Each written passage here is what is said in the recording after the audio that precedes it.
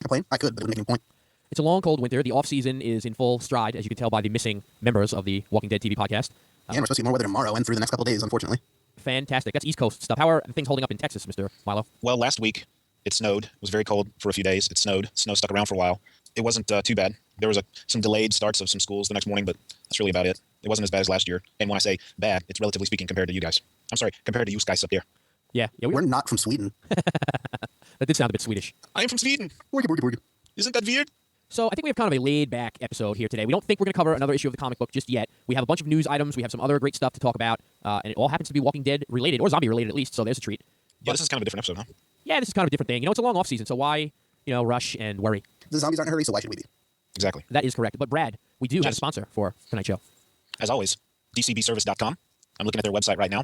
You guys have heard us talk about them. This is a fantastic way to get your comic books at a reduced price, and they'll send them to your door, to your office, to your girlfriend's house so your parents don't see the box on the front porch, whatever. It's pretty awesome.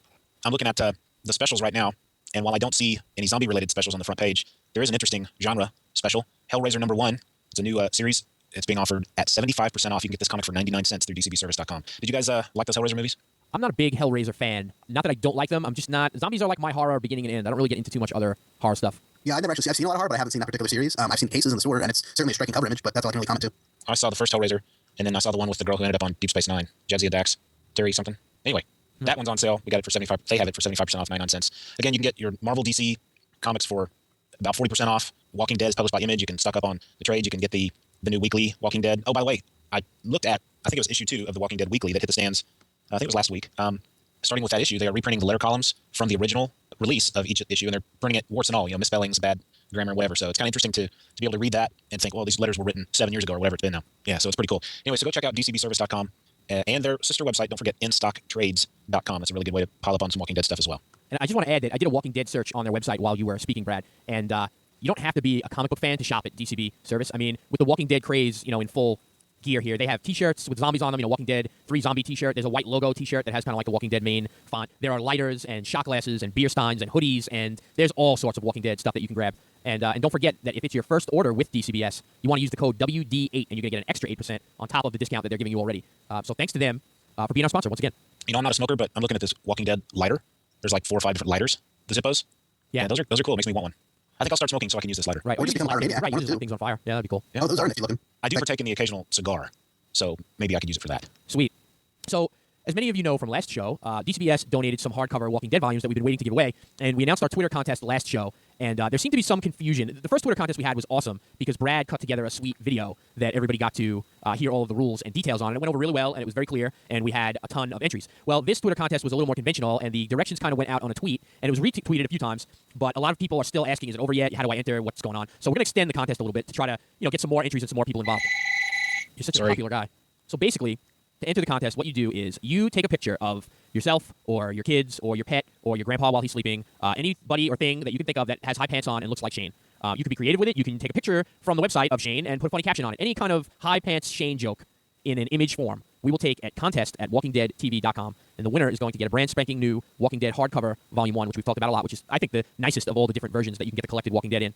And I agree. I love those hardcovers. 12 issues in each one. I love those. They are really nice. And this will be our last show for January. So I'm going to make January, 30 days, September, April, January 31st will be the last day to send those in. And then on our first show in February, we will award the winner. And don't worry, we're not going to post all the people sending in their high pants images on the internet or Twitter or Facebook or anything like that. I guess maybe we'll ask the winner if we can post their high pants picture. But other than that, we're not going to, because that was a concern as well, as you can imagine. Oh no, you're not going to post that on the internet, are you? So we won't. We're not. All I can say is if you're going to email somebody a picture or something, you better be prepared for it to end up on the internet somewhere, unless you're dealing with cool people like us who will tell you up front, hey, we're not going to put this on the internet without your permission. For sure. So get involved in the high pants contest. It was meant to be a lot of fun, and we'd like to have a lot of fun with it. So, Jordan, why don't you give us a little bit of Walking Dead news? Sure, no problem. Well, last night, as we record this, was the Golden Globes, which is presented by the Hollywood Foreign Press Association. Nobody actually knows what that means, but hosted by Ricky Gervais. A lot of fun to be had. Walking Dead was nominated for Best Drama on Television. And John, did it win? No, it did not win. Who did? And what do you think of the winner? Boardwalk Empire won. The other nominees were Dexter, The Good Wife, Mad Men, and of course The Walking Dead. Jordan, I guess you have given Mad Men about all the love that you can. Mad Men is absolutely fantastic. I have not seen The Good Wife at all. I have not watched Dexter since maybe season 2 or 3. Brad, you don't happen to watch Dexter, do you?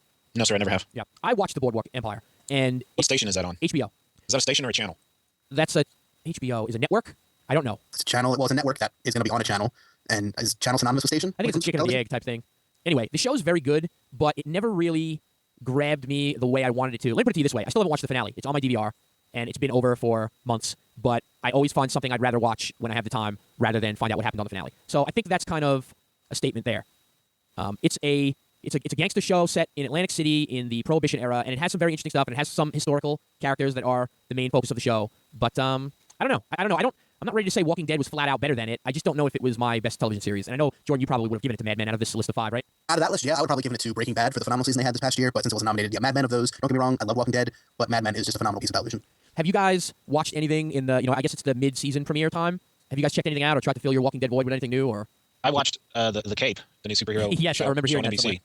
And I won't go into that because you and I had a long discussion about it today. But other than that, I've been doing some zombie reading. I wanted to bring a couple of things up. Last year, there was a Star Wars novel that came out called Death Troopers, written by a man named Joe Schreiber. On the cover of this book, it says he's the author of No Doors, No Windows. So apparently he's a horror writer. So this guy is also a Star Wars fan. So what he did was he crossed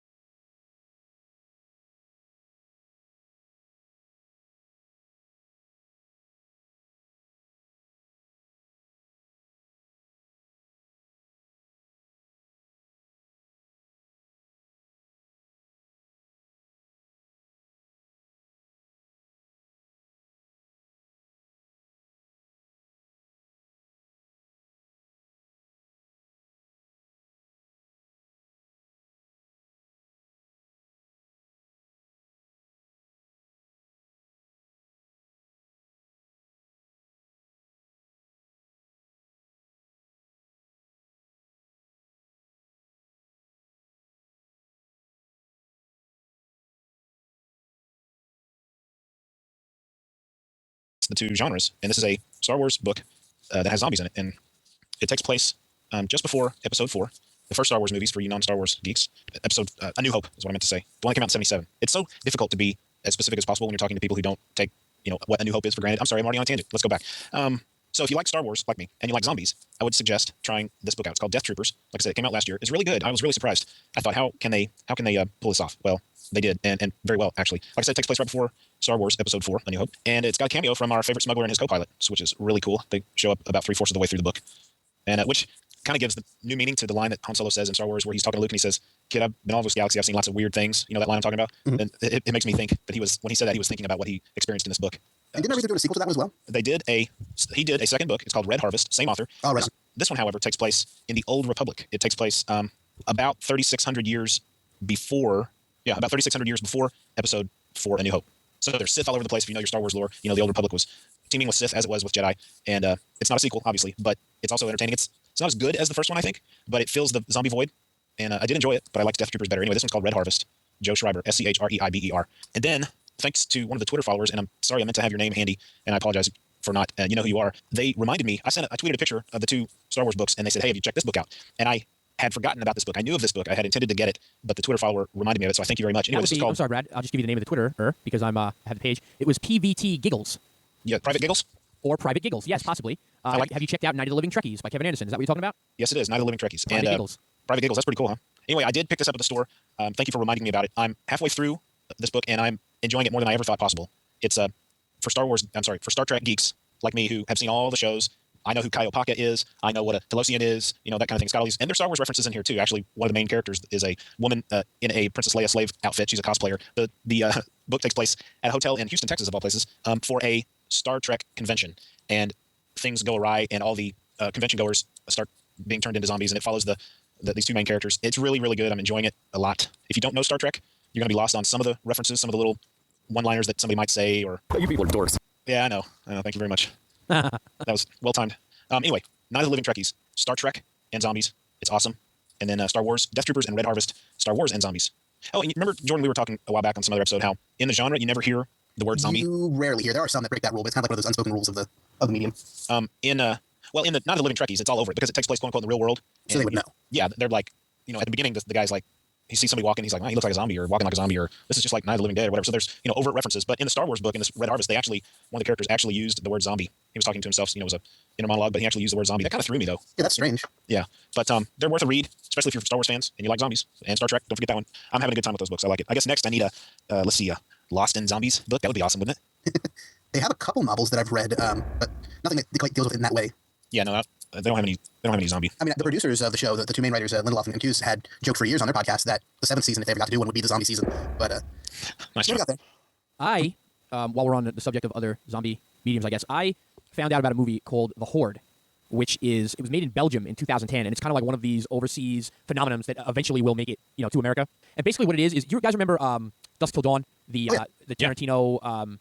There's the guys that rob. I don't know, what do? They rob a bank. They commit some kind of crime. The Gecko brothers, I believe, right, were bank robbers. Right, and then they hold the family hostage. And then en route to Mexico, all of a sudden it morphs into this crazy vampire movie. Really, all of a sudden, 2/3 of the way through the movie. Exactly. I've heard the Horde is a parallel in that it's two rival gangs that are fighting like this totally separate kind of gunfight when, I guess the zombie apocalypse breaks out. I'm not exactly sure what to expect, but I'm gonna check it out. It's gotten a pretty good buzz from Europe and the places that it's making the rounds. It's called The Horde. I believe it was La Horde in the in the native tongue, and it'll be making its way around on DVD. And I went ahead and grabbed it a little early, as I'm known to do. So I will check in and let you know how that is. I was talking to Bill from Behind the Cutting Edge, which is another podcast that covers a lot of things, but they cover Walking Dead as well. And he was telling me about the movie Pontypool, which is a Canadian horror film from 2009. I haven't gotten a chance to watch it yet, but it's about the people inside of a radio station at the time of a zombie outbreak. So that could be interesting. I'm going to have to check that one out. Those are good guys over there. I was on the show a couple weeks ago to talk about the original Dawn of the Dead, and that was pretty fun. Sweet. You know what? I guess we'd be remiss if we didn't tell everybody about or talk to everybody about the new network and the new website. I think the last show we recorded was before the January 10th launch. I think you're right. Yeah, so I mean, if you've checked out hhwlod.com, or if the listeners of this show specifically have checked out WalkingDeadTV.com, you've noticed some major differences to the website. The design, again, is thanks to Sean McAllister, our very own listener, who donated his time and the logo design specifically. I'm sorry? I said the logo design specifically. Yes, he right, and the of course Ken and Russ of the Legion of Dudes designed the site itself, but we kind of based it all around Sean's idea, which is really cool. And we even started up another show called Media Minutes, which you can find on hhwlod.com, which is really short reviews of all sorts of entertainment. We've done a lot of movies and TV so far, a little bit of comic books. I know we have a music review coming up next week, and that's been a lot of fun. And people seem to like the short format, so please check all that stuff out And, This is not your grandmother's HHWLOD, that's for sure. Yeah, no, it's totally new, and it's a lot easier to subscribe and to hit your Facebook like buttons and tweet things. And we definitely got it up to speed for 2011. We're very proud of it, and all the guys that worked on it are awesome. And so check out some of the shows on it when you get a chance. Yeah, Ken and Russ just did a bang up job. I was talking about it on my show this week actually, and Russ was on talking to me and Frank and Bill about some comic stuff, and we had talked a little bit about the network, and I was saying that Ken and Russ, basically built the skeleton and the bones and the muscle and the tendons and ligaments, and all the rest of us did was kind of just put makeup on it and tell it was pretty. Yeah, That is very creepy, but yes. that's about it. That's pretty much it. And it went from 0 to website in what, 15 days? Yeah, something like that was crazy. It was definitely cool, some behind the shop talk. It was definitely cool for us because we could access the new site when the old site was still there to see how it was changing and how it was being built over time. That was definitely pretty cool. We had some of our WD TV podcast Twitter followers see it and comment on it and say that it looked nice, so that's pretty cool. Yeah, we had a couple of the Twitter followers mention the new site and shows. We had Frank Lemongello say, "Ooh, it's all shiny and new." Whoa. His last name is Lemongello? I believe that's his Twitter name. Oh, okay, because all of a sudden I'm hungry. Yes. John, are you insinuating that people lie about things on the internet? I'm gonna say this, except Wikipedia, everything on there. I have a really hard time coming to terms with that. That doesn't sound right to me. Groven1023, our buddy Dan, says new site looks amazing. Dan Ryder says, I really like the new media podcast. Thanks, guys. That's our Media Minutes show that I just mentioned. Brad ZB of the Watchers of Vanity podcast is liking the site. And Fake Six Pack. It's awesome. Nice job, guys. So thanks to everybody on Twitter. And thanks for all the follow Fridays and stuff. We've kind of we went down a gear when the season ended. We were pretty hardcore on Twitter and doing the shows every week and everything. I think since the season ended and we're between seasons, we've kind of slowed down a little bit, but we still really appreciate all our Twitter friends and the retweets and the follow Fridays and all that great stuff. And we're gonna get it going again. We just need another couple months, I think. Hey, speaking of Twitter friends, turns out I live about, I don't have her exact address, but it turns out I live probably about 20 minutes away from Fisty LaRue. Oh, really? Rock on. Yeah, I was selling some books, some comics and trades, and she saw it on Twitter and picked up some Preacher issues from me. And I could tell from Twitter that she lived in Fort Worth. I think it was from Twitter. But I said, hey, instead of me sending them to you, I think we're close. Where do you live? And she told me where she lived, and it's like 20 minutes away. So Very cool. yeah, funny. it's a small world. If you're interested in buying any of those books from Brad, don't forget to check out forumforgeeks.com, because forumforgeeks.com, in addition to finding the forums for this show and for the whole Walking Dead podcast network and everything for the HHWLD podcast network and tons of other shows, Brad's selling some of his trades and comics, and so you can pick them up dirt cheap. I didn't bring it up so you'd say that, but I appreciate that. Hey, let's try this, and if it doesn't happen, it doesn't happen. But I see some people, you guys just tweeted. I see you guys just tweeted that we have sat down to record right now, and some people answered. Why don't you throw up the phone number right now and see if anybody wants to call in and say hello? And that'll be a fun experience, and we'll see if anybody calls and gets through. All right, I'm tweeting right now from my smartphone, and I'm gonna hit send. So Operators are standing by. That'd be Yes. awesome if somebody called. In the meantime, I have some iTunes reviews that I just want to get to quickly because one of them leads into the voicemail that we have also. We are currently at 98 iTunes reviews, so we're giving away another book at 100. So hopefully that happens real soon, and that's pretty awesome. We've been doing a lot of shows for a couple of years, and none of them have close to 100 iTunes reviews. So that's really cool. So thanks again. We got 5-star reviews from Fisty LaRue, as mentioned, from Texas. Fraggot says he loves it, gives it 5 stars. Big zombie fan, frequent horror film festival attender, and Left 4 Dead player. Great spoiler-free podcast by Skamikazeko. That's a long iTunes name, but thank you. I believe that is Skamkazi KO. All right. You know what's awesome is that what's fun, John, we should do this. You should read a bunch of Twitter names, and Jordan and I will translate them. Like I believe one before that was actually Frago. No, I'm just messing around. But No. Private giggles. That'd be awesome. Yeah, I can't. I'm not smart. you're really Okay. bad at translating license plates, like personalized license plates. I think. No, I don't know. You know what it is? I don't prepare, Jordan. So I'm reading them on the fly, and I can't try to sound coherent and decode them at the same time. It's past my pay grade.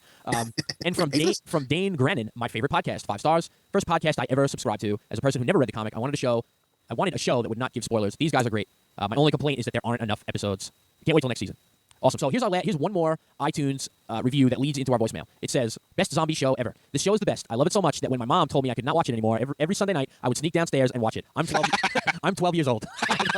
I love zombies, and I love the show. This is the best show out there. So this is a voicemail from, I'm going to guess, the same kid. This person did not leave a name, but let's listen to this. Hey guys, I am a big fan of The Walking Dead. I just love it. Love zombies since I was like 3. I was like, so like my mom banned me from watching the show because she thought she doesn't like zombies. And every night I would sneak down and watch the show at 10 o'clock at night. So it's so awesome. I love the characters. And yeah, so I'm just gonna read the message. So listen, we don't want to encourage any young kids to sneak down and watch the zombie show, but it was pretty cool that he does. Fight power. When I was a wee lad, my uncle gave me a black and white Sony Watchman. You know what those are? They had the little 3-inch black and white screen. Yeah. And I used to sit in my bed late at night and watch Benny Hill because my parents wouldn't let me watch Benny Hill. Well, I also came from a rather conservative Christian family, so I wasn't allowed to watch much of anything. But as I've recently told my mom, as I'm older now, it never actually worked to stop me from watching anything. I think anything I ever wanted to see, I found a way. So My parents brought me to the theater to see Poltergeist. really, And it was one of those lapses in, I don't even mean to make my parents sound like it was a free and loose situation. It wasn't. they were but high on Quaaludes at the time. They had a lapse of judgment, or maybe, you know what, information on movies was harder to come by then. I mean, I'm pretty sure it was rated R, so that was probably a mistake in itself, but maybe they thought, Poltergeist? yeah. I think it was PG-13. I don't think there was PG-13 then, Oh, you know what? I'm going to look up IMDb. because I know the first PG-13 was Red Dawn, and I'm pretty sure that was after. Oh, I didn't know that was directed by the same guy who did Texas Chainsaw. I thought it was what's his name? The other guy. It's Toby Hooper. I'm assuming Toby. No, I mean I'm sorry. I got distracted by something shiny. What was the other guy? What? It's PG. John, it was actually PG. Yeah, because this would have been before PG-13. Right, so I was thinking it might have been R, but yeah, so just the fact that it was PG. So anyway, that screwed me up bad. But I made it out okay. How about some more news, Jordan? Well, in addition to the Golden Globes, which they were nominated for, Walking Dead has also been nominated for many other awards. We talked about some of them on the show before, but since we recorded last, the show has been nominated by the VES, the Visual Effects Society, for its 9th annual award show for the effects in the show. And I think we can definitely say that's one of the highlights of The Walking Dead. Among so many other things was some of the busted up skulls and cut off hands and all those kind of headshots and everything like that. And the other nomination they received in the past 2 weeks was for Frank Darabont himself. He received a nomination from the DGA, which is the Directors Guild of America, for their 63rd annual DGA Awards, and that was for directing Days Gone By, which was the pilot. This is actually his 3rd DGA nomination, but his first for television. So the other 2 were for movies. I don't have the information for which 2 movies they were, but he's certainly directed quite a few. Cool. I think that certain episodes, definitely the special effects were outstanding. I think we picked out a couple where they might have had to skimp a little bit, but certainly the pilot was outstanding. The quality of the special effects was amazing, and I could definitely think of some other points. What was that? That was weird. They're bad. Oh, is that Poltergeist? You jerk. Well, that derailed us. I was just saying. Nobody's calling. I can't believe nobody's called. Yeah. Well, it's Monday night at 10 o'clock. Yeah, but they're answering on the Twitter, though. They're like, yeah, you're recording a new show, so call us. Anyway, all right, Jordan, keep going and do other news things. Sure. In another bit of news, Robert Kirkman, the creator of the comic and producer of the television show, has revealed that there will be a new character coming to the comics. So this is technically a comic spoiler, but if you watch the show, it's not going to be a spoiler at all. Daryl Dixon. We know him, we love him, played by the awesome Norman Reedus. For those of you who've never read the comic, he's not a character there. He was created for the show. And they love him so much, they're bringing him to the book starting soon. I don't know exactly what issue they're going to be doing that in, but fairly soon, Daryl Dixon will be in the comic book. What about Marvel? They haven't commented on that. However, I know, and this is speculation, but we have speculated that he could show up in the show in a position that's already appeared in the comic book, or possibly as a confidant or he might have already showed up in the comic book, just not named, is one bit of speculation. It would be awesome if, when they introduce Daryl, he's looking for Merle, and they just continue to build that legend of like how badass Merle is, and then they can decide what to do with it in the comic. But I'd like for it to go that way. That would be awesome. Yeah, I could see that, and that would derail the speculation about the TV show. But yeah, that'd be really cool. And I know there's a lot of our Norman Reedus fans that will be excited about that, and hopefully they go with like some form of the likeness of Norman Reedus, being that it's based on. Oh, strange not to. Yeah, I guess it would be. And I was trying to think of other instances of this. The only thing I could come up with was if anybody watches Smallville, Chloe was a Smallville character that I believe since then has been added to the comics or has been in a comic or 2. Well, I know there are things in like the Star Wars universe that were introduced in books that were later canonized, if you will, in the prequel movies. Concepts and planets and races and that kind of stuff. Right, sure. Yeah, those expanded universe worlds, I guess, have more chance of it happening. And Brad, you know more about Star Trek than I do. Has anything like that ever happened? Like something been introduced in a book and later been made canon through the films or the television shows? Not to my knowledge. I guess they have a smaller output of books, don't they? Well, for a while there, you couldn't go anywhere in a bookstore without hitting a shelf with a Star Trek book on it. But and I should know I've read a lot of them. I really don't think that that's happened. I know that there have been books written about stuff in the shows and movies, obviously, but I don't think it works the other way around. At least I haven't read a book, and then seen a movie or a show and went, oh, hey, wait a minute, that looks familiar. I don't think so. I guess the closest would be when they did the most recent movie, the reboot. They talked about, I should say, William Shatner wanted them to use certain things from a book he had written about the upbringing of Kirk, and I guess they didn't go with those elements, so that would be the closest to it ever have happening, I guess. Yeah, I don't think they even went that far with that. And our final little bit of news, this isn't really news, but AMC put up an article on their website, blogs.amctv.com, and the title is What You're Saying About Your Hopes for Season 2, and they had some different blurbs from viewers of the show who wrote in to say what they want to see in Season 2, so here's just a couple of those. Bella Style Musings says Shane should either get shot in the arm or bitten. Not severely, bitten on the arm or the leg, so that's oddly specific. Quirky DI says Vatos was my second favorite episode. What happened when the elderly die from natural causes? I'm really interested in the characters and hope the show revisits them at some point, and we'd certainly be interested in that too, because they haven't shown up in the comic before. And then Rob says, I've been thinking a lot lately about the relationship between Andrea and Dale. There's no certainty that the show will follow exactly what happens in the graphic novel, but I have a feeling that it will, and I hope it does too. And I think I can really stay behind that. I thought not to spoil anything, but we know they are connected, and I think that connection played out in a really interesting way in the comic. I don't know. That one issue where they joined the circus, that really kind of was odd to me. But Dale made such a perfect sad clown, and he fit the costume so well. I kind of want to see that in motion. Yeah, that might be a neat thing to see. I'm kidding. Of course you are. There's no circus. No, all the clowns are dead. Ooh, that'd be creepy. Nobody's calling. Zombie clowns? Well, there's a zombie clown in Zombieland. There's zombie clowns in Left 4 Dead 2, which are fairly creepy. All right, so I think we're going to wrap this up with a little more special news, but this time it's from Brad. Brad, what do you got going on over there? Well, John and I had been talking about wanting to do something to help promote the show, so we put our heads together, still in their skulls, mind you, and we opened up... And we both came up empty. Yeah, and we opened up a shop on Cafe Press. If you go to cafepress.com/WDTV podcast, it will take you to a small storefront where you will see our Buster logo at the top, and then 1, 2, 3, 4, 5, 6, 7, 8, 9, 10, 11. There's 11 shirts there to choose from. Some of those shirts you can get in different colors, some you can't. And we've got a couple of logos that John and I designed. And some of the shirts will have our web address on the back. Not all of the shirts offer that. Now, those of you who are familiar with Cafe Press may look at these shirts and say, well, I wonder how much they jacked up the price. Well, we didn't jack up a lot at all. And if, I think the most we jacked up a shirt was like $2, right, John? Yeah. I mean, we went for the $20 t-shirt, which is basically, in this day and age, the best you can do. So we didn't jack anything up more than $2, which anything that we make on any sales of the shirts just goes into the show and helps us with web hosting and stuff like that. But we kept it very, very minimal. Some of the shirt designs were already $20 or $21.99, I think is the highest. So we're not making anything off those. We didn't want to raise them any higher. We just we wanted to offer them because they're a little bit of a higher quality. Right. There's one I see here. The men's fitted T-shirt, dark, was already $21.99. We didn't jack that up at all. But anyway, there's two logos. One is a logo of Buster, a stylized image of Buster, and below that says I've been waiting on the bus all day, or sitting and waiting. I can't even remember what I put on that. Been waiting on the bus all day, and ZZ Top fans will understand that reference. Plus, he was sitting on a bus in the first episode. It made me laugh. And then John had a really good idea for the other one. It's a barbershop logo, the Dixon Brothers Barbershop. with 2 axes crossed behind the words, kind of like scissors would be in a barbershop logo. And underneath in quotes, it says, "We take it off the top." So that's a cool design also. So like we said, we just want to do something to try to promote the show.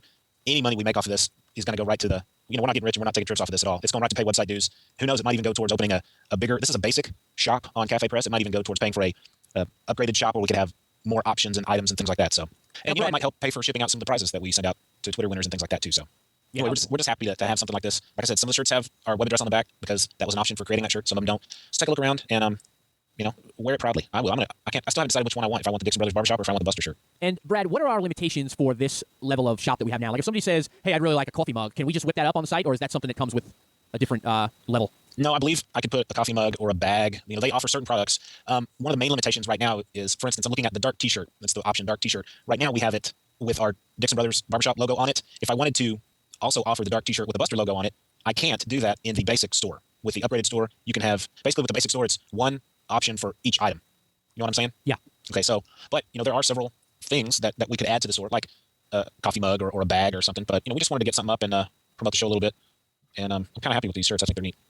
Definitely. So let us know on Twitter what you think, or email in or whatever, and we'll try to improve it. Maybe we'll add some more stuff in the future if we think of. We have a couple of other ideas that we're kicking around. It's just kind of time-consuming to design and figure out how it's going to work and setting it up on that end. But I'm sure we'll have some new stuff up soon. Again, I want to stress this is not a money-making thing. We might make $1 or $2 off a shirt, but like we said, it's going to go right to paying for the website. So very cool. There are some women's shirts on there. There's a spaghetti tank top. There's a little jersey shirt. There's also, I didn't put it on the website, but there are maternity shirts that we could add with the logo on there. Zombie babies. Yeah.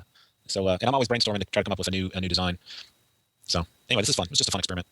Yes, that it was. Okay, so I'm just going to give you a little bit of the plan, and then I'm going to send it to Jordan for his snappy outro. That was your cue to think one up, Jordan. Already working on it. So we will have, this will be it for January. We're going to be back twice in February. Again, February we'll probably get back to the comic a little bit. I'll see if any other news and things pop up. Please continue, send some more voicemails, 516-468-7912. Send comments to comments@walkingdeadtv.com. We'd love to keep getting your comments on the stuff we're talking about and comments on the upcoming season, or maybe some things that have hit you from the previous season, or maybe you're just catching up on the first season now. We'd love to hear it. Then for March, it's DVD time already. So at least one show per month from March on will be an episode commentary where we'll play the show and talk while it's on. So you can hit play on your DVD player and your iPod and follow along. So that'll be a lot of fun as well. What day in March does that come